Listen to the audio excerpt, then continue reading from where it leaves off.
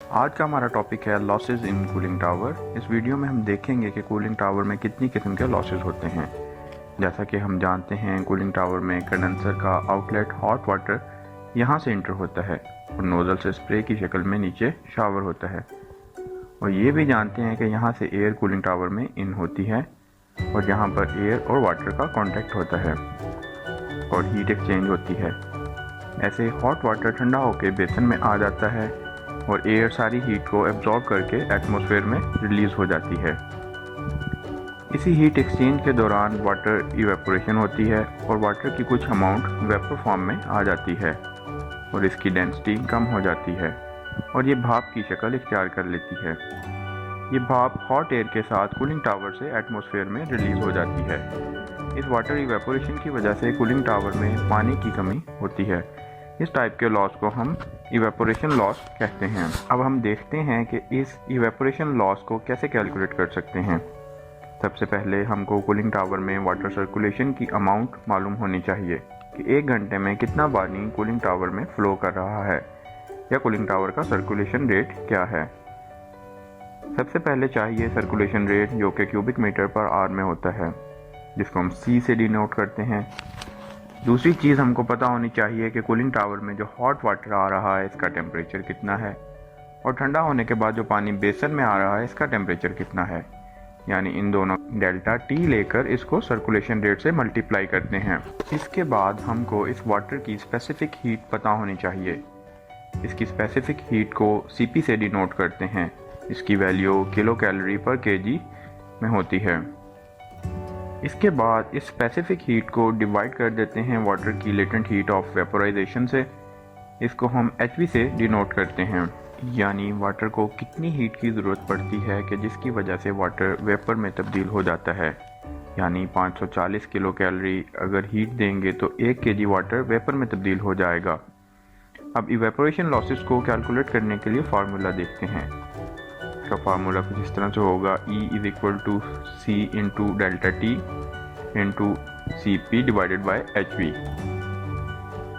इस evaporation loss का एक थंब रूल होता है कि अगर इस कूलिंग टावर में 10 lakh kilo calorie heat reject करवाएं तो यहाँ पर हमको 1.8 क्यूबिक मीटर इवेपोरेशन लॉस मिलेगा। ये हो गया हमारा इवेपोरेशन लॉसेस। और जो दूसरा लॉस होता है इसको हम ड्रिफ्ट लॉस या विंडेज लॉस कहते हैं। विंडेज लॉस क्या होता है? तो जैसे ही एयर एटमॉस्फेयर में बाहर की तरफ निकलती है तो ये अपने साथ कुछ अमाउंट में वाटर पार्टिकल्स को भी ले जाती है।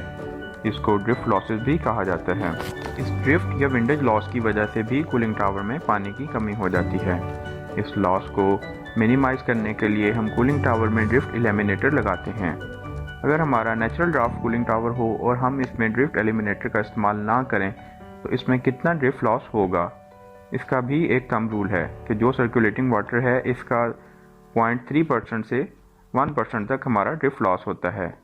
और अगर इंड्यूस्ड ड्राफ्ट कूलिंग टावर हो और इसमें ड्रिफ्ट एलिमिनेटर ना लगाएं तो इसमें 0.1 से 0.3% तक लॉस होता है। यानी सर्कुलेटिंग वाटर का 0.1 से 0.3% तक लॉस होगा।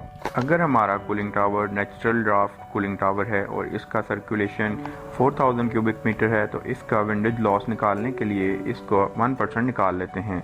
यानी 4000 डिवाइडेड बाई 100 तो इसका loss 40 cubic metre per hour आ जाएगा।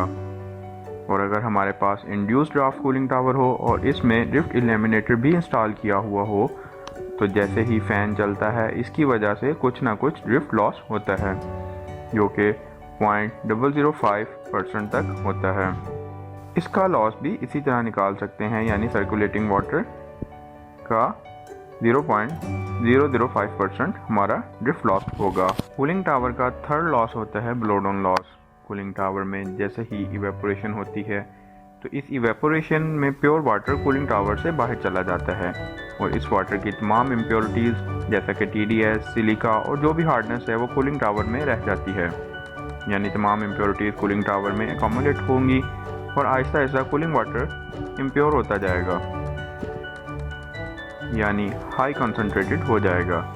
और अगर इसी हाई कंसनट्रेटेड वाटर को कंडेंसर ट्यूब्स में भेज देंगे तो ये वहाँ स्केलिंग कर देगा और ट्यूब्स को डैमेज कर देगा। तो कंडेंसर की ट्यूब्स में स्केलिंग ना हो, ट्यूब्स डैमेज ना हो, इस चीज़ को अवॉइड करने के लिए हम कूलिंग वाटर की एक पैरामीटर लिमिट सेट कर देते हैं कि इससे ज़्यादा इसमें इम्प्योरिटीज़ नहीं होनी चाहिए। अगर इम्प्योरिटीज़ हो जाएंगी तो हम कूलिंग टावर को ब्लो डाउन कर देते हैं, यानी पानी को रिमूव करते हैं और साथ ही कूलिंग टावर का लेवल डाउन होगा। तो इसको मेंटेन करने के लिए फ्रेश वाटर का मेकअप करेंगे, जिससे तमाम पैरामीटर नॉर्मल हो जाएंगे। इस ब्लीड करने में जो वाटर लॉसेस हुए इनको हम ब्लो डाउन लॉस कहते हैं। अब हम देखते हैं कि इस ब्लो डाउन लॉस को कैसे कैलकुलेट किया जाता है। Blow down percentage plus drift percentage is equal to evaporation percentage divided by COC minus 1। COC क्या होता है इसके बारे में बहुत डिटेल से नेक्स्ट वीडियो में एक्सप्लेन किया जाएगा, वहाँ से आप COC को अच्छी तरह समझ सकते हैं। इस तरह आप ब्लो डाउन परसेंट को कैलकुलेट कर सकते हैं। उम्मीद करता हूँ आपको कूलिंग टावर में होने वाले तमाम लॉसेस अच्छी तरह समझ आ गए होंगे।